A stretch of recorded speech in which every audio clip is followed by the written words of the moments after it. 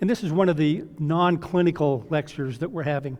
And I'm really excited about talking about the clinician collaboration in the emergency department. I'm also excited because it's not often that we get to talk to a room full of docs and PAs and NPs. And actually, I'm probably speaking to the choir because it's been my experience, certainly in the last decade, that the three groups have collaborated very well in a team-based atmosphere. But we're going to talk a little bit about that. The collaboration in the emergency room environment is fairly unique because usually physicians are always in the department, or are always available. At least that's been my experience in the last decade or so. If you go back 20, 30 years, I worked, anybody ever been to Globe, Arizona? It's a little town in the middle of Arizona that's tied to the mines. We had a little hospital there, and it was staffed with nurses and a PA, and the collaborating physician was actually in the little town. So if you needed the physician, you had to call him in. That rarely happens these days, so we're very fortunate as part of our team, that physicians are always available for us. And the other thing that's interesting, and by the way, that's not always true in other specialties, many times. So I think it's very special for us. The other issue is that PAs and NPs may work with different physicians every shift, getting basically to know the practice styles of many physicians and other folks might be challenging. And the other thing that's important is that departments may have varying policies regarding whether PAs or NPs see selected categories of patients. And all patients, or which patients need to be seen by a physician. I don't see that as much anymore. It used to be that before anybody that came in with a headache, chest pain, a few of the abdominal pain, had to be seen by a physician before they're discharged.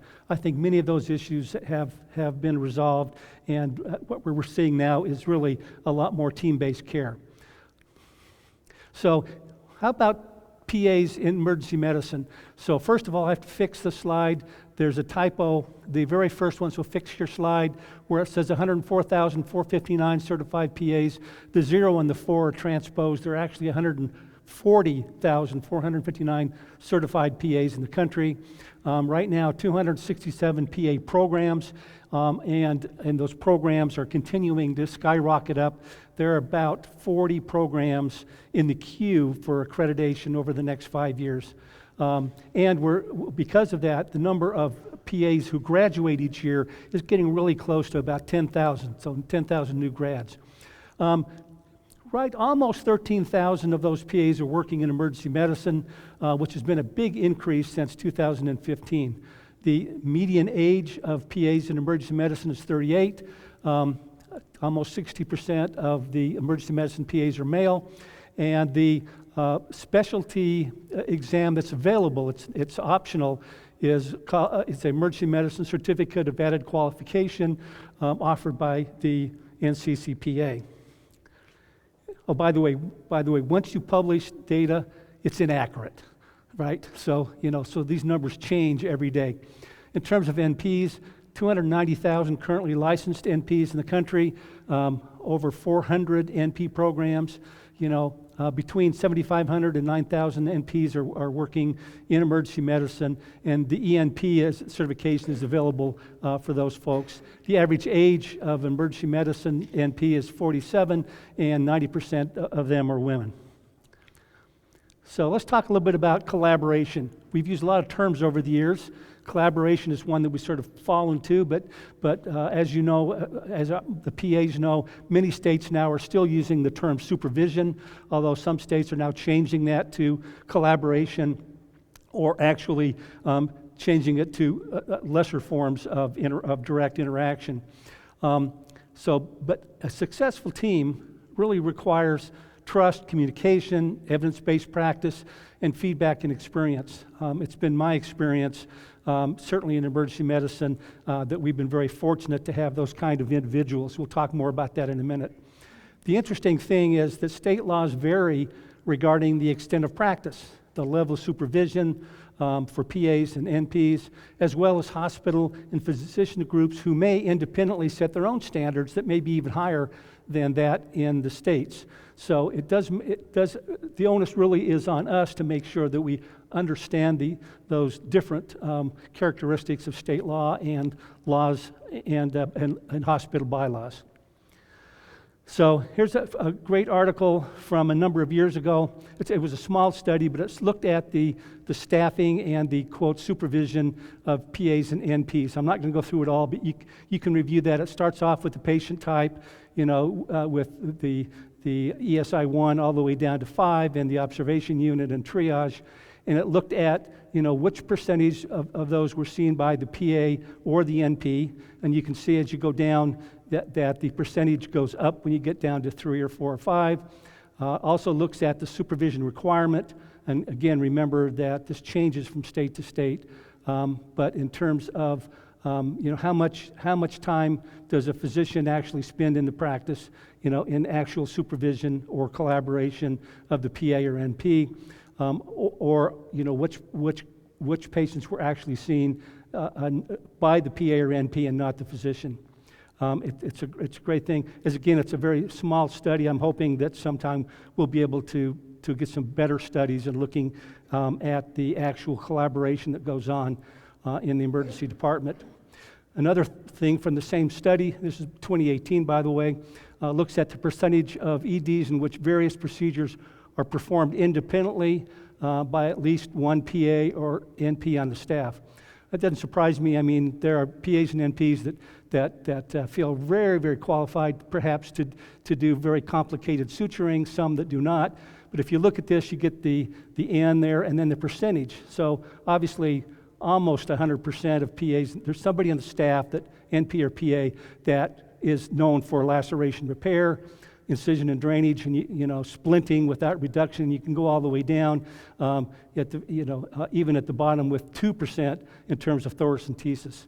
So again, it was an interesting study to look at, give us a sense of what our colleagues are doing out there. Okay, if you look at this from the same study, you're looking at the employed PAs and NPs by the setting, and you see there PA, NP, and then PA and NP in terms of rural, suburban, and urban. And you see that if you're looking at PAs and NPs, mostly 59%, in urban areas. But again, we're seeing both PAs and NPs in almost every area of emergency medicine throughout the country. So what are some of the characteristics of effective team practice? And about 8 years ago, the NCCPA, the National Commission on the Certification of PAs, did a study, went out to 50 practices. Now, this was really based on PA physician practice, but the characteristics are for everyone. And you look, and they found out what was the most effective things they found where the team worked. And they're these. So, and it makes a lot of sense. Shared goals, having the same goals, and years ago, my preceptor, when I was first out of PA school, he said to me, Randy, there's always one rule you should remember. I said, what's that? He goes, don't forget it's about the patient. And so having those shared goals of taking care of patients is extremely important.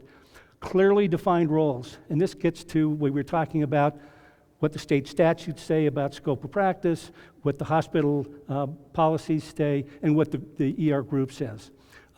Shared knowledge and skills.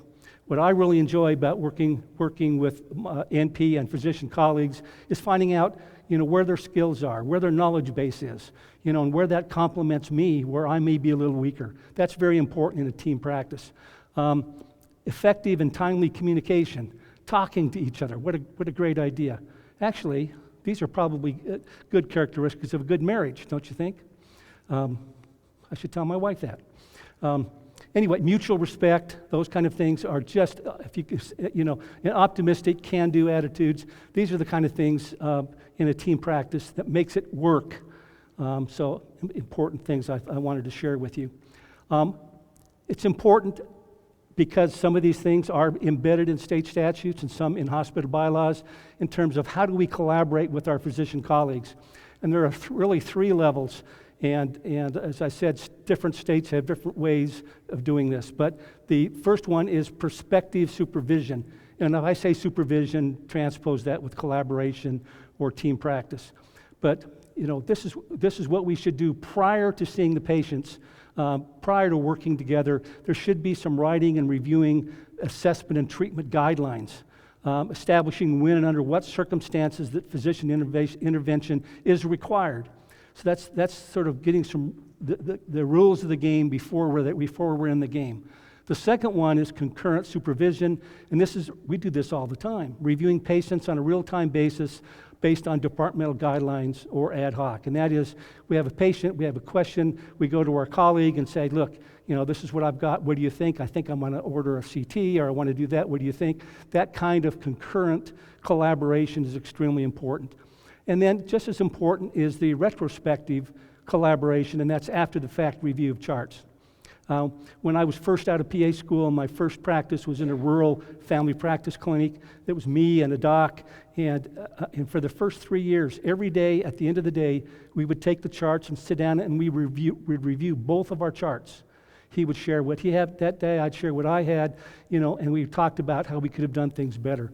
That retrospective analysis is extremely important. So, but what do we do? I mean, conflict happens. Again, as I said, if we keep in mind that the interests of the patient are upmost, then we'll never go wrong. Physicians need to understand that they are responsible, for their level of care for all patients in the department. I worked at a hospital in Phoenix probably about 15 years ago. I won't say the name, but we knew that it was a big ER practice, and we knew about 5 physicians who said at the very beginning, I don't want to work with PAs and NPs. So, and so if we were working with that physician on that shift, we had to find somebody else or go without any kind of collaboration. I think those days are behind us, I hope. So department policy should mandate that a physician see any patient that's requested by the PA or NP. Again, because of the responsibility and the scope of practice of the physician, they need to be responsible, for interacting and looking at patients if we want them to do that. Another thing that happens is, when should a physician write a note? Say you ask a physician to see a patient, and this changes from, again, state to state and policy to policy. But you should talk about what the responsibility of the physician is if they also see the patient. Because again, and I know you talked yesterday, I think with Dr. Schufelt about how to avoid lawsuits and how do you do that. One of the big things is documentation and who sees the patient. So I think if you should have an understanding what the responsibility of both clinicians is in taking care of that patient. Otherwise, you get it in the middle of he said, she said, and lawyers love that. I've unfortunately had an opportunity to be expert witness in many cases and found out that one of the big problems is communication between providers that see patients together. So, important thing. Okay. Also, in our day and age now, we have different generations working together. You look at this, and you look, whether you're an NP or a PA or a doc, you're in one of these categories. Now, I don't think we have any Gen 2020s in here. If you are, you're a child prodigy, and good for you. But if you look at millennials, 77 through 97, how many of you in here are millennials? There should be a bunch of you. Yeah, so there's a bunch of millennials. If you look at Gen Xers, there's, let's see, I'll get this, 65 to 76. How many Gen Xers in here? A few of you, okay. Boomers, I'm a boomer, that's 46 to 64. Very good. Traditionalists, that's 1900 to 1945. If you can raise your hand, please do it. Okay, well, you sort of get the idea here that we come from different generations, we manage things differently. So, if you're a boomer working with a millennial or a Gen Xer, working with a boomer, we have different ways of doing things, and it's important that we understand that and we learn to work with one another. Okay, other things that's important to know, and this sort of goes without saying, but you should familiarize with the statutes and the regulations that govern the scope of practice in your state. Now, that makes sense to me. Some states, by the way, require the doc or the NP or the PA to sign a form that they've actually read the statutes. And I'm on the regulatory board in Arizona, and I talked to the docs on the board. And these are guys who are in the know. And I said, have you actually read the statutes? They said, not really. So we have some responsibility to know what the statutes say. And particularly if there's some supervision or collaboration rules or statutes in that state. And then we need to be prepared to present those statutes, rules, and regulations to the physician or the administrative people, to make sure that they know that. One of the issues we find out on the regulatory board, is that a lot of clinicians rely on administrators to take care of things for them. It's up to you to make sure when I get my license renewed. It's up to you to know when I should have how many charts should be reviewed by the physician. It's up to you to know, and I can go on. And what we find out is things fall through the cracks, but ultimately the responsibility falls on us. And that's when you stand before the regulatory board and you say, not my fault. And they say, that's okay, but it's your responsibility. So I think it's important to know that. Also, review IRS guidelines for employee status versus independent contractor status. There's a lot of checklists that the IRS has that tells you whether you're an independent contractor or whether you're an employee. And again, we need to know where we stand with that, because when the IRS comes after you, it's not fun. So important things to know. Okay. What about liability insurance? Now, I believe Dr. Schufelt talked about it yesterday, but it's important, again, to find out what type of liability insurance is offered, whether you've got occurrence-based or claims-made, as well as what the limits of liability is in terms of $2 million, $3 million, things like that. And you have to decide which one works better for you.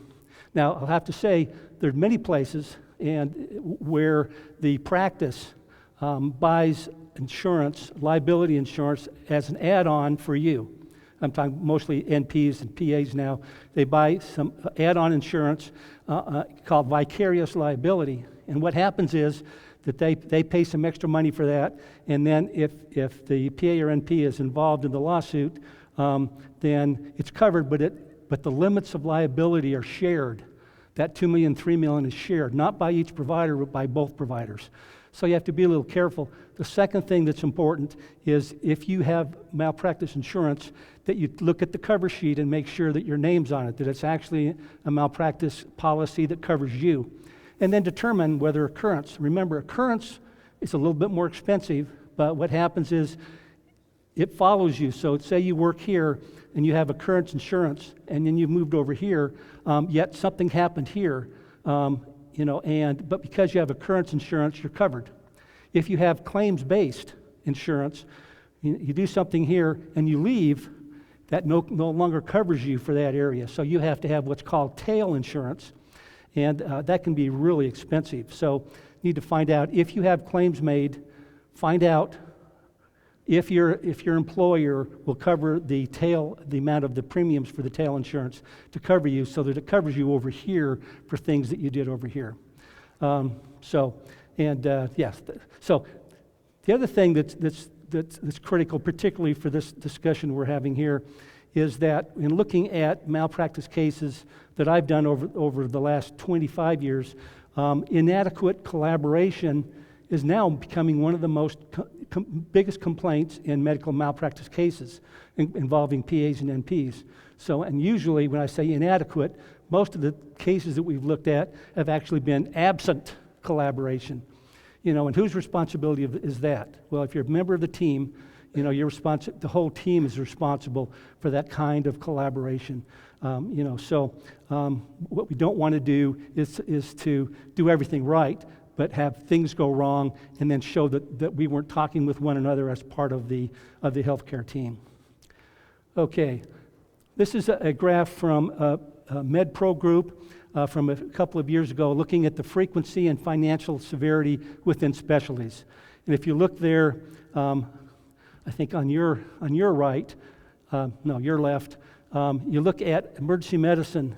So the light blue is the total dollars paid, and the dark blue is the claim volume. And so emergency medicine is a fairly large component of that. The other one is radiology. The other one is pediatrics. like that, and you can look at the other ones. So, certainly in emergency medicine, we're in that category where we tend to have higher liability. And remember, we all know that you can do everything right and there's a bad outcome. But more and more issues of malpractice are occurring. I've also noticed in the last 5 years that in cases where I've seen, and most of the time when the plaintiff's attorneys file a malpractice suit, they sue the physician and the PA, or the physician and the NP, or all three. I've found a couple of cases now where somewhere down the road after discovery, they've broken them off and they've taken the physician out of the case, and the PA or NP has now stayed in the case by themselves, and having to, and if hopefully they've had their own malpractice insurance that will cover them, because that way they get their own attorney, and they're the prime responsibility of that attorney. We can talk more about that. Then the last thing before we head off to a break is make sure that you use the resources out there. The PAs, there's great resources with APA and SIMPA, and the NP resources with AANP and AENP. If you're not a member, you should have access to see the resources that they have to support you in your practice in emergency medicine.